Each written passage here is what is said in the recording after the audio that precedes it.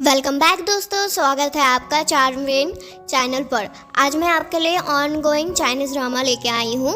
तो कहानी को स्टार्ट करते हैं। कहानी के स्टार्टिंग में हम लोग अपने मेन लीड सियान को देखते हैं और साथ ही उनके साथ एक लड़की थी, पर अभी उनका फेस हमें नहीं दिखाया जाता है। पर सियान उस लड़की के साथ बहुत खुश थे, पर उसी समय वे लड़की सियान को चाकू मार देती है और वे उसी समय अपने नींद से जागते हैं और जागते ही अपने आप से बस एक ही सवाल करते हैं कि आखिर वे कौन थी। और उसी समय सियान के सेवक उनके पास आते हैं एक खबर लेकर, जो उनको अभी राजा ने राजमहल बुलाया है। और इधर अब हम अपनी फीमेल लीड जैन को देखते हैं, जो अभी अपनी दी के शॉप में थी। और ये इस कहानी की सेकंड फीमेल लीड रैन होती हैं। और रैन का शॉप फ्रेग्रेंस वाला होता है, जहां उस समय लोग अपने साथ फ्रेग्रेंस पाउच रखा करते थे। फिर जैन अपनी सिस्टर रैन से कहती है कि अभी उनका शादी हुआ है, तो वे यहाँ शॉप में क्या कर रही हैं। उनको तो अभी अपने हस्बैंड के साथ टाइम स्पेंड करना चाहिए, ना कि यहाँ पर शॉप खोलकर और अपना टाइम वेस्ट करना चाहिए। और रैन और जैन एक दूसरे से बहुत प्यार करती थी। फिर रैन जैन को एक काम देती हैं और जैन उदास मन से काम करने चली जाती हैं। और वे उदास इसलिए थी क्योंकि उन्हें लग रहा था कि रैन उनका बर्थडे भूल गई हैं। और इधर बाहर बहुत तेज़ बारिश हो रही थी और सियान अपने लोग के साथ बहुत तेज़ी में कहीं जा रहे होते हैं।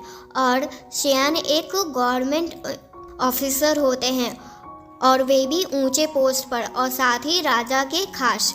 और इधर जैन अपने घर आती हैं। फिर जैन अपने फादर से मिलकर बहुत खुश होती हैं और उनके फादर एक मिनिस्टर होते हैं और साथ ही एक इंजीनियर भी। और जैन अपने फादर को अभी इतनी रात तक काम करते देख उन्हें प्यार से सुना रही होती है कि वे अभी तक क्यों काम कर रहे हैं, उनको तो रेस्ट करने जाना चाहिए। तब फादर बताते हैं कि ये बहुत इम्पॉर्टेंट काम है, जो पिछले 2 साल से वे उस पर काम कर रहे हैं। फिर फादर अपने काम के बारे में जैन को और अच्छे से बताते हैं। फिर जैन अपने फादर और सिस्टर के बारे में सोचती है, जो इतने काबिल हैं, पर उससे अभी कुछ भी नहीं आता है और ना ही वे किसी चीज़ में बेस्ट है। फिर फादर जैन को समझाते हैं कि वे भी बहुत काबिल हैं। फिर जैन आने वाले कल के दिन के बारे में अपने पापा से पूछती है। फिर फादर उन्हें पहले तो कुछ नहीं बताते हैं और कहते हैं कि कल क्या है, कल तो एक नॉर्मल डे ही है। फिर जैन को लग रहा था कि फादर भी उसका बर्थडे भूल गए हैं। फिर फादर हंसते हुए कहते हैं कि मुझे अच्छे से याद है कि कल तुम्हारा जन्मदिन है। तब जैन बहुत खुश होती है ये सुनकर। और तभी जैन के घर सियान अपने आदमियों के साथ अंदर आते हैं और पूरी जगह को छानबीन करने के लिए अपने आदमियों को ऑर्डर देते हैं। और सियान जैन के फादर को अरेस्ट करने आए थे और उनका रीज़न ये था कि वेस्ट कैनाल कोलैप्स हो गया है आज, जो जैन के फादर ने बनाया था और उन्हें अरेस्ट करने का ऑर्डर राजा ने ही दिया होता है। पर फादर उन्हें समझाते हैं कि ऐसा नहीं हो सकता है, क्योंकि उन्होंने इस पर बहुत मेहनत से काम किया था और बहुत अच्छे से, ना कि बस एक आम सा बारिश आए और इसको तोड़ दे। इसमें ज़रूर किसी की गलती है और कोई मुझे फंसाना चाहता है। पर सियान अभी उनका कोई भी बात सुनना नहीं चाहते थे और उन्हें बस वहाँ से लेकर जाना चाहते थे। पर जैन सियान को समझाती है कि उनके फादर ऐसा गलती कर ही नहीं सकते हैं, ज़रूर उनके ही जांच पड़ताल में कुछ गलती हुई है। पर सियान उन दोनों के किसी भी बात पर बिलीव नहीं कर रहे होते हैं। फिर सियान जैन के फादर को लेकर चले जाते हैं और जैन बस उन्हें रोकने का ट्राई कर रही थी। पर जब जैन रोती हैं तब सियान के दिल में बहुत तेज़ दर्द उठता है। फिर अब सियान को डॉक्टर देख रहे होते हैं, पर डॉक्टर को वो भी पता नहीं चल पा रहा था कि सियान आखिर बेहोश किस कारण से हो गए थे। और इधर जैन अपने फादर के वर्क प्लेस पर थी और वे उन्हें बहुत याद कर रही थी। और इधर सियान को बहुत तेज़ दर्द हो रहा था और यहाँ जैन की सेविका उनके साथ थी और उन्हें हौसला दे रही थी।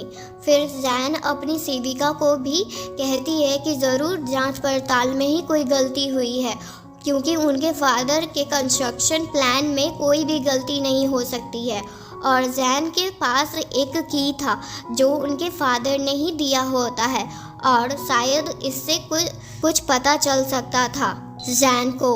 और इधर सियान को एक सपने आते हैं कि और वे उस सपने में देखते हैं कि वे बहुत ज़्यादा ही बीमार हैं और उनके मुंह से खून निकल रहा है और उनके पास एक सेंट पाउच था जो वे उन्हें कुछ याद दिला रही थी। और अब सियान अपनी नींद से जाग जाते हैं और तभी उनके सेवक उनके पास आते हैं और सियान जैन के फादर के बारे में पूछते हैं। फिर उनके सेवक बताते हैं कि उनके फादर अभी जेल में हैं, पर सियान जैन पर नज़र रखने के लिए कहते हैं।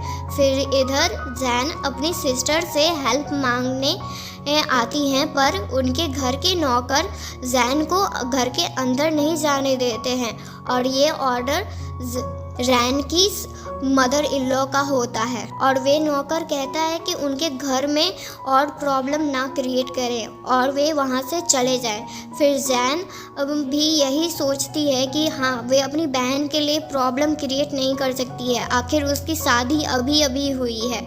फिर वे वहाँ से चली जाती हैं और अंदर ये सब रैन की मदर इन लॉ करवा रही होती हैं और वे नहीं चाहती थी कि उनकी डॉटर इन लॉ ये सब में पड़े और वे तो अब रैन को जाने भी नहीं दे रही होती हैं। पर रैन उनसे कहती है कि वे उनके फादर हैं और वे उनकी बड़ी बेटी है, तो उनका फ़र्ज़ बनता है कि उनके बुरे टाइम में उनकी हेल्प करने का।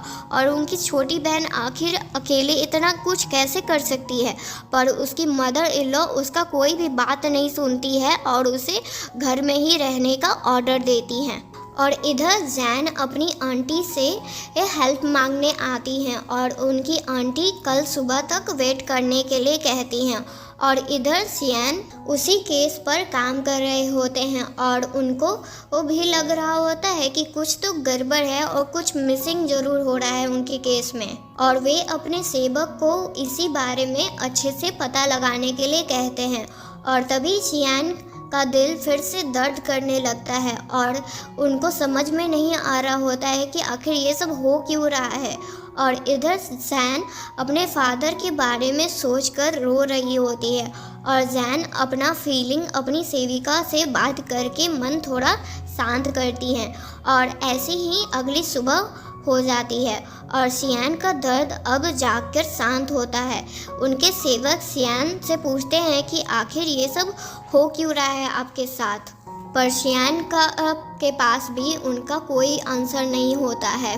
वे तो खुद इस बारे में नहीं जानते कि आखिर उनके साथ ये सब हो क्यों रहा है। फिर सियान से मिलने ऑफिसर जाओ आते हैं और ये रैन के हस्बैंड ली दी होते हैं और वे सियान से मिलने अपने फादर इन लॉ के कारण आए हुए होते हैं। फिर सियान कहते हैं कि उन्होंने ऐसा ही उनके फादर इन लॉ को अरेस्ट नहीं किया है, उनके पास राजा का ऑर्डर है।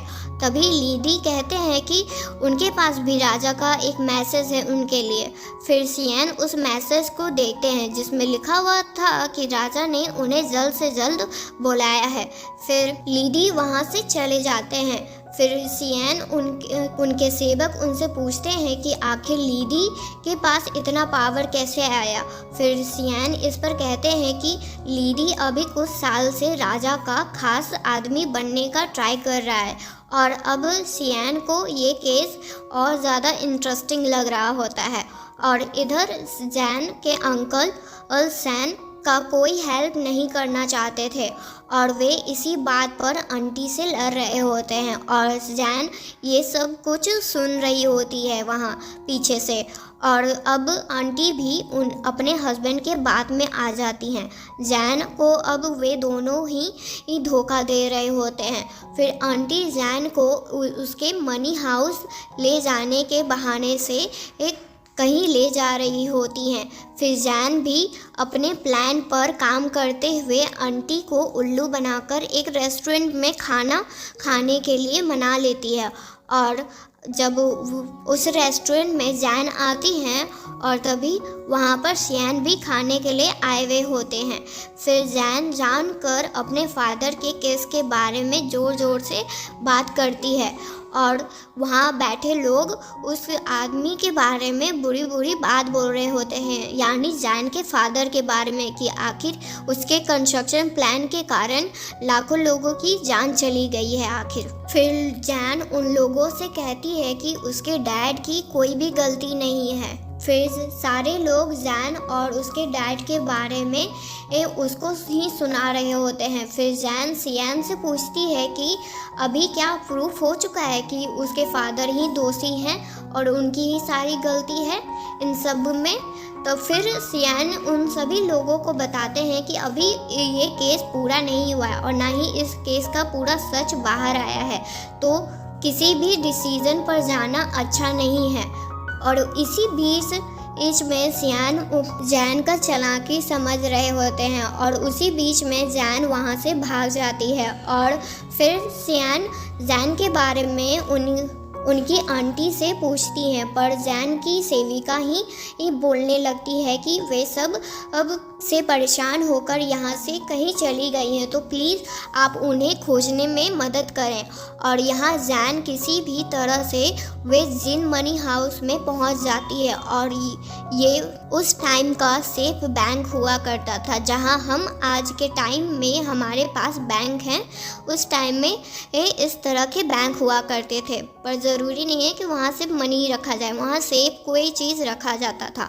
और जैन को जहाँ ही वे बॉक्स मिलता है उसी समय वहाँ पर सियान भी आ जाते हैं और कहते हैं कि उन्हें उस पर पहले से ही शक हो रहा था कि वे कुछ छुपा रही हैं जो वेस्ट कैनाल केस से रिलेटेड है।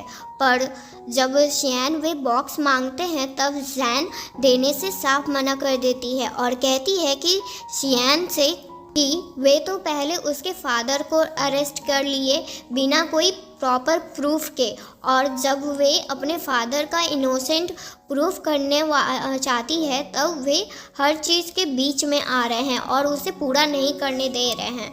फिर भी सियान वे बॉक्स से ले लेते हैं उनका बात इग्नोर करके, और उसी में उन्हें एक लेटर मिलता है और जब वे पढ़ते हैं तब फिर वे जैन को वापस कर देते हैं, क्योंकि वे लेटर उनकी मॉम के का था, सिर्फ उनके बर्थडे के लिए लिखी थी। और लेटर पढ़कर जैन तो रोने लगती है और जियान को फिर से दर्द हो रहा होता है और जैन अपनी मॉम का दिया हुआ गिफ्ट उठाती हैं जो उस लड़ाई में टूट गया होता है, जो एक बहुत सुंदर ब्रेसलेट होता है, बाला भी कह सकते हैं दोस्तों।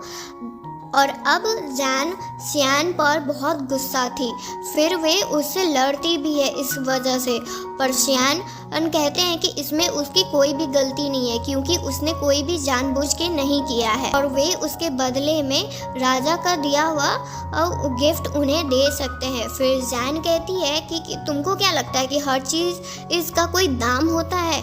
कुछ चीज़ों का कोई दाम नहीं होता, उसमें बहुत फीलिंग होती है। पर सियान को इस सब बात पर से कोई फ़र्क नहीं पड़ रहा होता है। और उसी समय वहाँ पर रैन आती हैं और वे सियान से बोलकर जैन को वहाँ से और लेकर चली जाती हैं, और तभी सियान वही पॉच देख लेते हैं जो उनके सपने में जो लड़की थी, और वे भी वही सेम पॉच उस लड़की के पास भी था जो सियान को मार दी थी सपने में। और जैसे ही जैन रोती है सियान फिर से दर्द में बेहोश हो जाते हैं, और अब रैन और सैन एक साथ थे और रैन जैन को टेंशन नहीं लेने के लिए कहती हैं क्योंकि वे और लीडी उनके हस्बैंड ये सब हैंडल कर लेंगे। फिर रैन जैन का बर्थडे सेलिब्रेट करती हैं उनके फेवरेट डिश के साथ, और इधर सियान जैन को अपने सपने में बहुत टॉर्चर करते हुए देख रहे होते हैं और उसी में वे अचानक से उठ जाते हैं जैन का और नाम चिल्लाते हुए, और उनका सेवक उनसे पूछता है कि आखिर क्या हुआ। तब सियान सब कुछ उन्हें बताते हैं कि जैन सिटी छोड़कर और जैन वहाँ से भाग रही थी और इसी कारण से वे उन्हें पकड़कर बहुत टॉर्चर कर रहे थे, और उससे पहले वाले सपने में उसने मुझे ही इस कारण से शायद मार दिया था। फिर वे पूछते हैं अपने सेवक से कि आखिर जैन कहाँ है। तब उनका सेवक उन्हें बताता है कि ये जैन आखिर कहाँ है।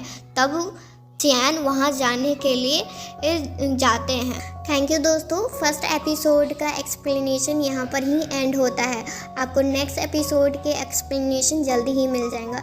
अगर आपको ये वीडियो पसंद आई तो प्लीज़ इसको लाइक एंड सब्सक्राइब ज़रूर कीजिएगा और अपने दोस्तों के साथ भी शेयर कीजिएगा।